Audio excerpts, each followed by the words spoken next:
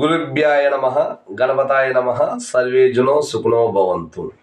ఈరోజు జీవిత సత్యం ఒకటి చెప్తానండి. నవమాసాలు మోసిన తల్లి బిడ్డని కంటుంది తప్ప బిడ్డ తలరాతన కనలేదు.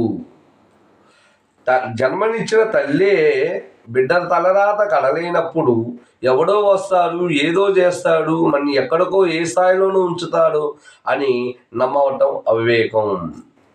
ఒక రాయి 100 దెబ్బలు తిని విగ్రహమై గుడి లోపల ఉంటుంది. 2 దెబ్బలు తిన్న రాయి గుడి వైపు గడపై ఉంటుంది. కాబట్టి ఎదిగే వాళ్ళని కొంగదీసే వాళ్ళు తోడుంటారు తప్ప ఎదగటానికి మనకు సపోర్ట్ చేసే వాళ్ళు ఎవరు ఉండరండి. కాబట్టి ఎవరిని నమ్మొద్దు, అతిగా నమ్మొద్దు, అతిగా వాళ్ళతో స్నేహం చేయొద్దు. మన ఆత్మరక్షణ నమ్ముకోవాలి, మన జన్మనిచ్చిన మన తల్లిదండ్రులను నమ్ముకోవాలి, మనకి విద్యను బోధిస్తున్న గురువుని నమ్ముకోవాలి, మనకి జీవితాన్ని ఇచ్చిన దేవుని నమ్ముకోవాలి తప్ప మానవుని నమ్మి మరణానికి తోడు చేసుకోవడం తప్ప తోడు నీడ ఎవడు ఉండడండి.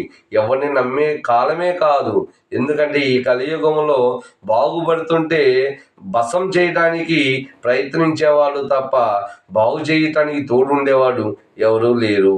అది అన్నదమ్ము స్నేహబంధమైన కావచ్చు, బంధాల్లో రక్త స్పర్శలో కూడా స్పర్శ లేని వింతకాలం ఇది.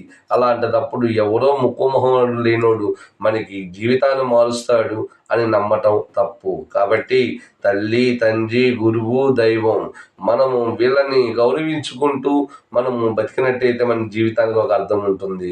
మాతృదేవో భవ, పితృదేవో భవ, ఆచార్య దేవో భవ అని చెప్పారు తప్ప మనని ఎవరు ఎక్కడ ఏ విధంగా మనకి ఎవరు సహాయపడరు. కాబట్టి మనము బతికినంతకాలం మనుషులై, ఆత్మరక్షణై, ఆత్మవిశ్వాసంతో బతకాలి అంతే తప్ప ఎవరో మన జీవితానికి ముళ్ళబాటలు తీసివేసి పూలబాట వేస్తారని నమ్మవద్దు. దయచేసి తల్లిదండ్రులు గౌరవించండి, గురువుని గౌరవించండి, దేవుణ్ణి స్మరిస్తూ జీవనాన్ని కొనసాగించండి.